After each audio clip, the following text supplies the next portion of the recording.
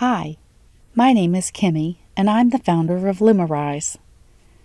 LumaRise was born from my own story, a journey of healing and rising again. What you're about to hear is a piece of that story, the testimony that led me to create a safe space for others to heal too. Before we begin, I want to give a trigger warning. This story includes child abuse and trauma. Please take care of yourself as you listen. It's okay to pause or step away. It's not an easy story to hear, but it's true, and sharing truth is where healing begins. Welcome to LumaRise. I'm glad you're here. I just need to give it all to him, and that's how we're going to do it.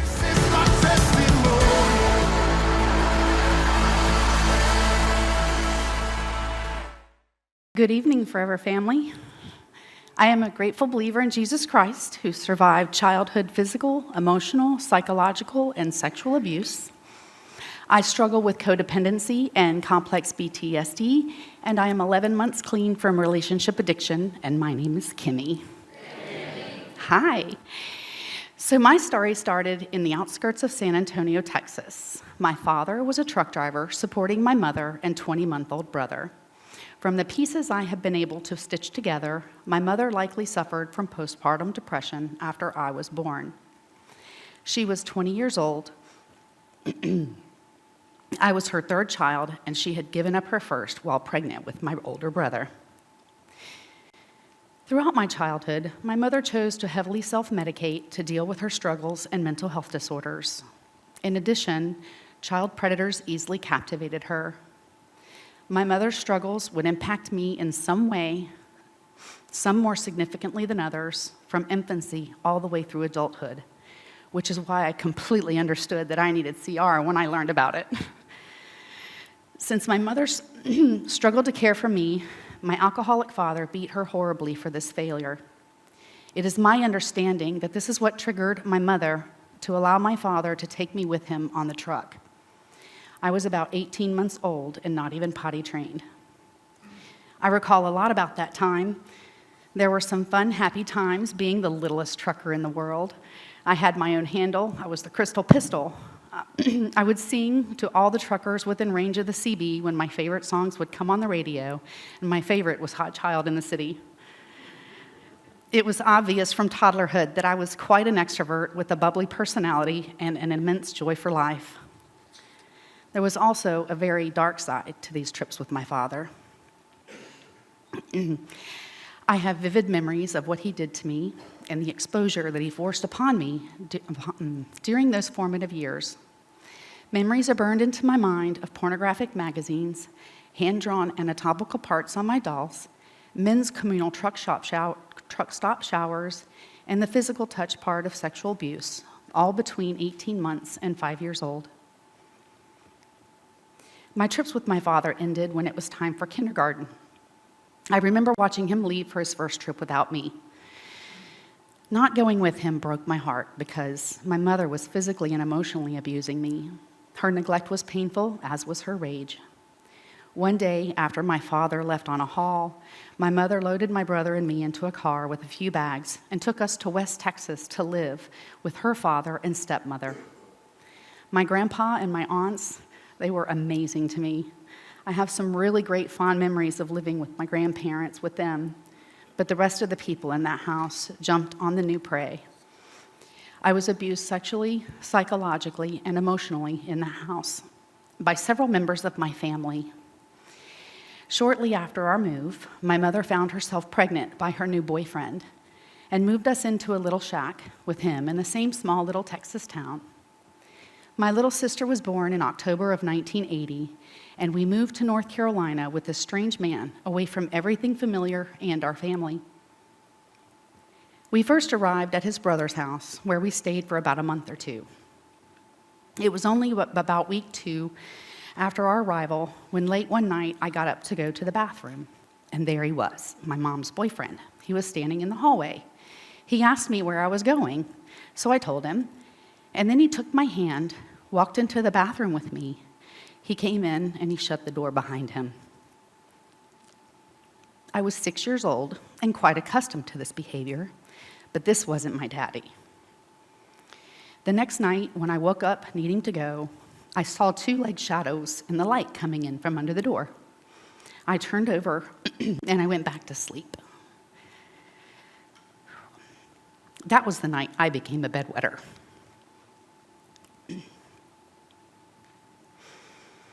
We moved to a rundown trailer park where the newest trailer was over 30 years old. With neither adult working, we ended up completely dependent on government assistance, and my mother was about to give birth to her 5th child. My new baby sister was born only 11 months after the other. Remember earlier when I said that my mother couldn't care for me? Well, she couldn't care for them either. But luckily for those baby girls, they had a big sister who would do all the things while the adults ran around the trailer park feeding their addictions. Most of the time, I would come home from school and my baby sisters would be in their shared crib with no one in the house. So I took on a lot of the childcare duties. I was a little over 7 years old when I became a mother and protector of my little sisters. In addition to what I was dealing with inside the home, I was dealing with the mean kids outside the home. If I didn't do all the things like smoke, drink, steal, I would face beatings from the kids in the neighborhood. I had rocks thrown at me at the bus stop before and after school. I was dragged through the gravel by my ponytail. I had to fight other kids just to keep from getting beat up by them all at once. Since I was part of the poor kids club, I was also bullied by many kids at school. And even my 3rd grade teacher constantly humiliated me in front of the entire class. It was also 3rd grade, I was 8, when the sexual abuse from my mother's boyfriend escalated to include severe pain and behaviors that were just downright monstrous. I told him that I was going to tell my mother, but he decided to tell her first. I have no idea what he said to her that day, but she came into my room, she sat next to me on my bed, she put her arm around me, which made me feel extremely uncomfortable, and said, "He told me what he's been doing, and he promised to stop." She also made me promise not to tell anyone else. A week later, as I stood in the baby's high chair doing the dishes, I watched through the window as my mother walked across the yard to get her next fix, leaving him there alone with me and the babies. Through my tears, I cried, "Mommy, he hasn't stopped, and it really hurts." This is around the time when the severe beatings started, often for bedwetting. It started off as daily spankings when I was 6 and 7, but the first really bad one was when her boyfriend started hitting me with a belt buckle across my naked back and behind all over. When I screamed after the first stroke, he reached down and backslapped my face and told me to shut up because it didn't hurt that bad, but it did. So I bit down on the blanket as hard as I could and screamed into the mattress so that it would be muffled. I only hoped that this would keep him from hitting my face again and make it all come to an end. The next day, my back from my neck down was covered in buckle-shaped bruises. The belt buckle became his punishment of choice. Sometimes I would get the fold. I would always pray for the fold. 2 years later, we moved out of the trailer park into a real house, a new town. It was the summer, and it was the same month as my birthday, so I told everybody that I got a brand new house for my birthday. The cool thing about this house was there were a lot of woods, and there were 4 huge barns, plenty of places to hide. So every day I would hide out just so I could do my homework. There were many times when I would secretly gather supplies and run away on foot to one of the barns in the woods, but her boyfriend would always find me and severely punish me. One day, I asked a little girl in my class how she felt when her daddy did these things to her. I'll never forget her scorn face as she said to me, "My daddy don't do that to me." I remember being very confused and quite scared. This was the beginning of the end of that man's abuse. Even though I begged her not to tell anyone, word finally reached the right people, and a year later, he was convicted. He received 2 consecutive life sentences, And his second life sentence is slated to begin on January 1st of the year 9999.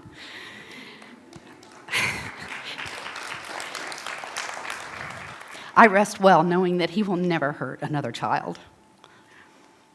Unfortunately, I found out later in life that he also did this to my baby sisters. After the dust settled, my mother went back to school to get her GED, and I was so excited. I thought we were going to get off welfare. I thought we were going to get out of this dysfunction that we had been stuck in all our lives. But boy, was I wrong.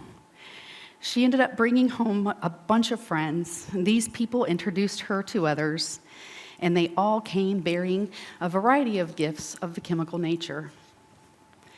Very quickly, our house became the party house, when everything went back to bad and then plummeted to worse. As stated before, my mother was a magnet for pedophiles, and now they flowed in daily. 99% of them were men. She would freely give herself to these men in front of me, and then it was my turn. It was later during therapy when I realized that I had survived 3 years of sex trafficking so that my mother could have her drugs, booze, and men. I cannot tell you a number. I cannot tell you names. I cannot tell you what they look like. But I can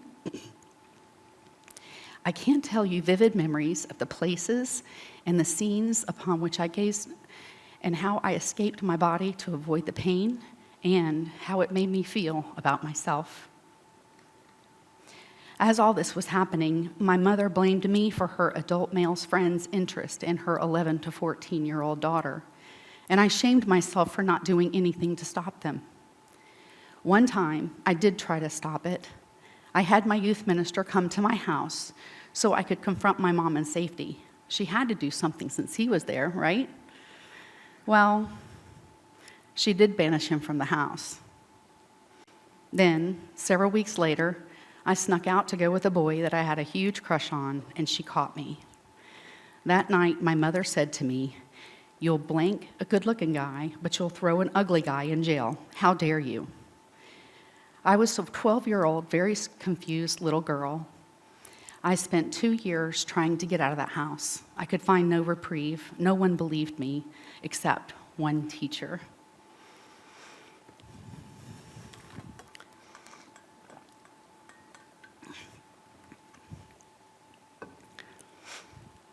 Then it happened. Long story short, when I was 14, my mother found out that I was trying to get out of her house. I thank God that I had church that night and a ride coming to pick me up, as I knew what she was capable of, and I was frightened for my life. While in church, all I could think about was how I'd been victim of my mother's wrath more times than I could count. She beat me, she poisoned me, she degraded me with "you're stupid and ugly, and you're going to be a welfare mother just like me." And she gaslighted me into believing that every bad thing in our family was my fault. She is bipolar and agoraphobic, so when she self-medicated, she would become extremely angry at the flip switch, many times throwing things and destroying parts of our home, many times chasing me so she could beat me until she was too exhausted to hit anymore. Needless to say, I was extremely grateful that night that she was passed out when I got home. I laid awake all night listening for any sound of movement coming towards my bedroom. The next morning, as usual, I got the kids up, ready for school, and on the bus without waking her. I laid down in the back seat, I started to cry, and I fell into a nervous breakdown, prompting a 911 call.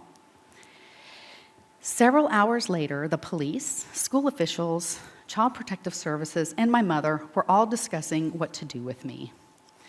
God reached down into my soul and gave me the strength to look up and say, "I'm not going home until the drugs stop. I'll run away and become a prostitute if I have to." That afternoon, they placed me into a foster home where I lived for 2 years. I was treated differently in that home from the other teenage girl who was only a month younger than me. And in my teenage mind, feeling unseen in an unfair situation was painful and reflective of my mom's home. So I ended up running away and going back to my mother's. Her lifestyle had taken a turn for the worse, believe it or not, and she proved yet again on numerous occasions that she did not care what happened to me. So I quickly found another way out. This led to life on my own, barely surviving and having to fight the system just to finish high school.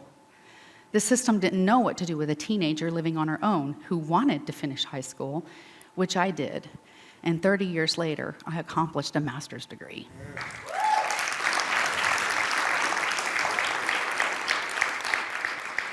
Starting life on my own was not easy. It was 1991, and I was making $4.90 an hour working in fast food. I went through a whole lot of very rough times while in survival mode and many, many, many growing pains for years to come. Before moving to Virginia Beach in 1997, I counted over 30 places where I laid my head, mostly couches and floors of predators and thieves, and many times I slept in my car. The weight of homelessness caused desperation. Willingly obliging those who sensed my vulnerability, losing everything I owned, including what little bit of me was left. From there, I continuously put myself into risky situations, not knowing how to break the familiar pattern of abuse, now turned inward via self-destructive behaviors. I kept making the same mistakes over and over, revealing vulnerabilities to predators and allowing them to take advantage of and abuse me, all the while punishing myself with self-loathing belittlement.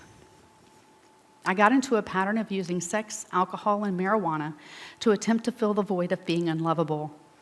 I was trying to find someone to fill just a small corner of that emptiness that consumed me as I continued to give away the only thing that I thought had any value, my body. After all, I had been sexualized my entire life, so I had the perception that the pleasure I could bring someone else would make them love me. And my value, in my mind, was based on how I could please men.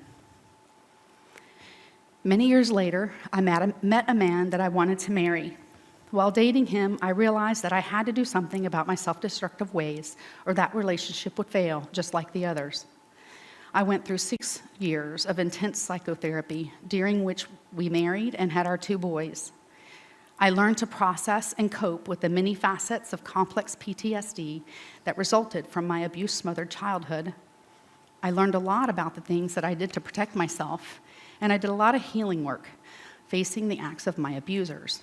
Unfortunately, it wasn't enough to stop my marriage from self-destructing. I didn't know how to stop it because I didn't realize what it was that was leading us down that path. Now I realize it was because our struggles had never been resolved. They were severely inhibiting our marriage. James 1:5 states that if any of you lacks wisdom, you should ask God, who gives generously to all without finding fault, and it will be given to you. This is what we do in CR. We rely on God, a higher power, to help us identify what we need to do. And we ask Him to heal our struggles. We don't have to face our struggles alone. He wants to help us, but we have to be willing to ask. My relationship with my heavenly dad started when I was living in that little tiny town in West Texas.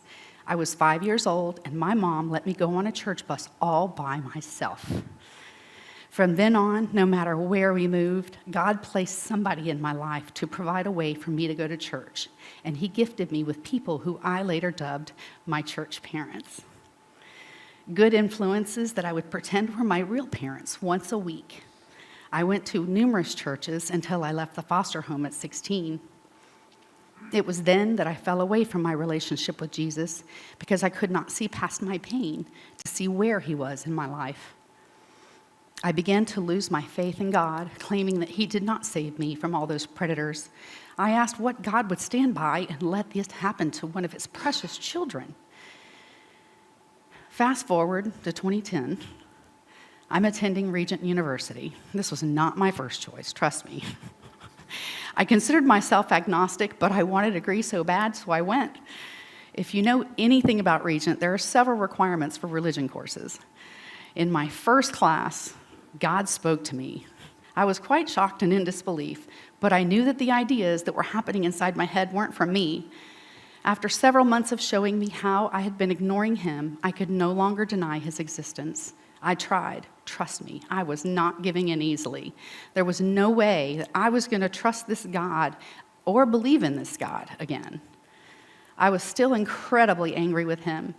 Then, a wise man who later became a mentor told me, "You can't be mad at somebody that you don't believe in." He was right. I realized that I was a believer. I just had no faith. Years later, in my first step study, I was able to reflect on my life and recall all the times when God was there for me. He showed me that he wasn't just idly standing by. Remember those church parents?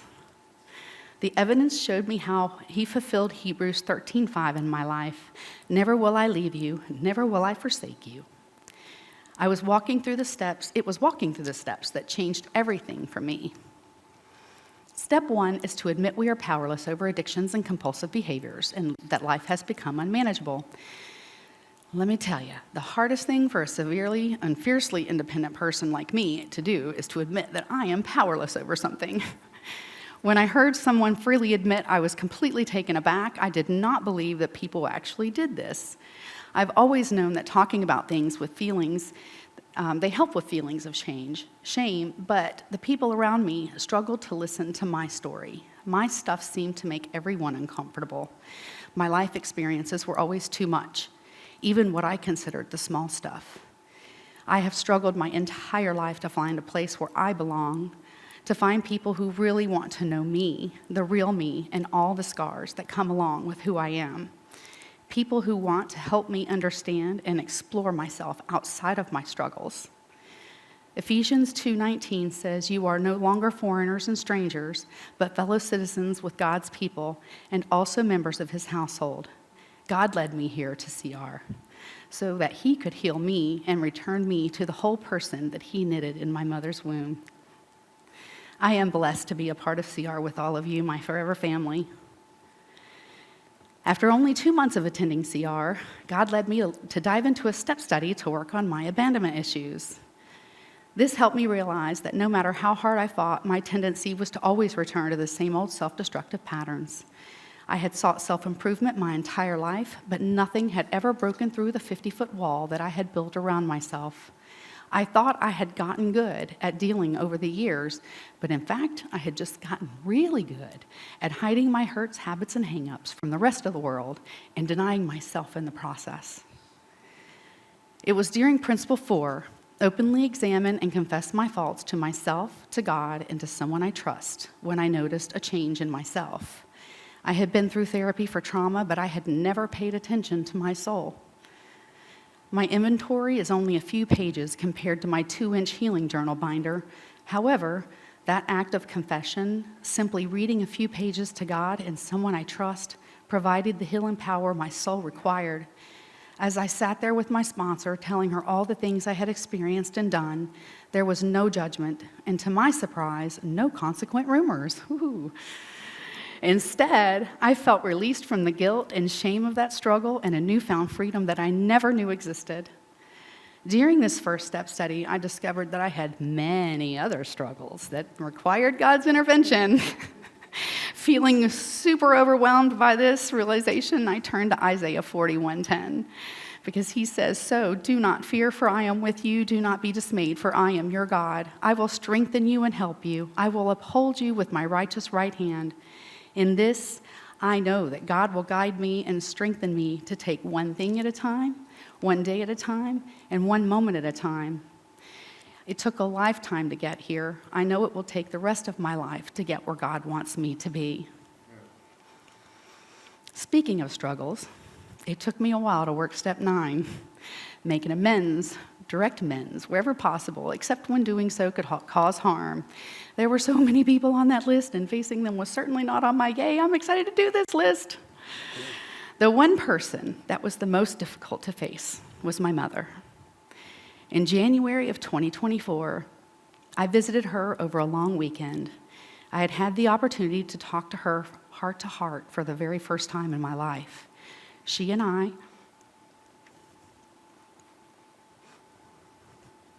after nearly 50 years, found a way to bond.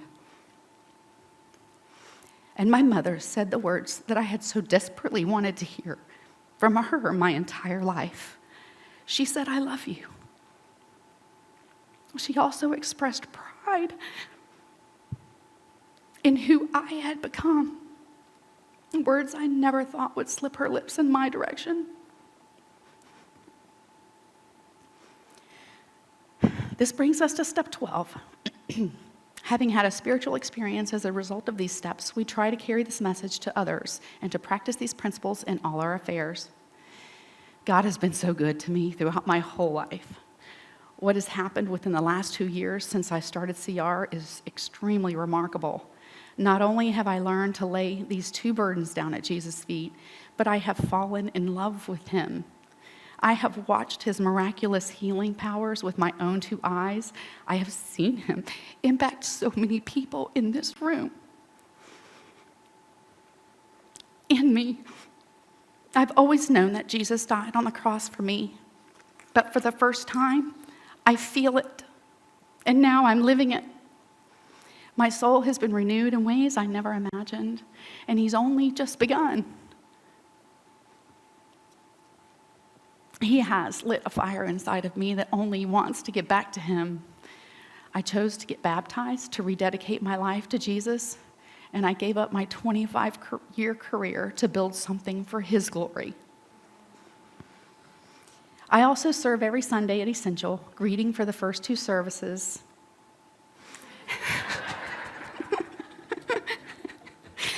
And leading the K-5 Sunday school for 3rd. All right, now I lost my place. I also lead the Women's PTSD PESA small group, how fitting. And I've also volunteered as the Female Mental Health Ambassador, for which my sponsor and I are developing a mental health curriculum with the intent of national distribution.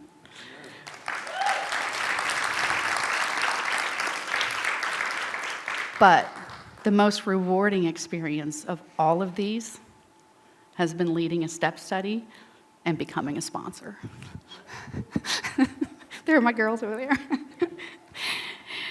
To the newcomer, welcome home. It takes a lot to walk through that door, but you did it. You took that step. If you work the program, God will show you your miracle. Thank you. 2 years ago, I didn't have faith or love for God. I was a fake it till you make it believer. Well, I don't have to fake it anymore.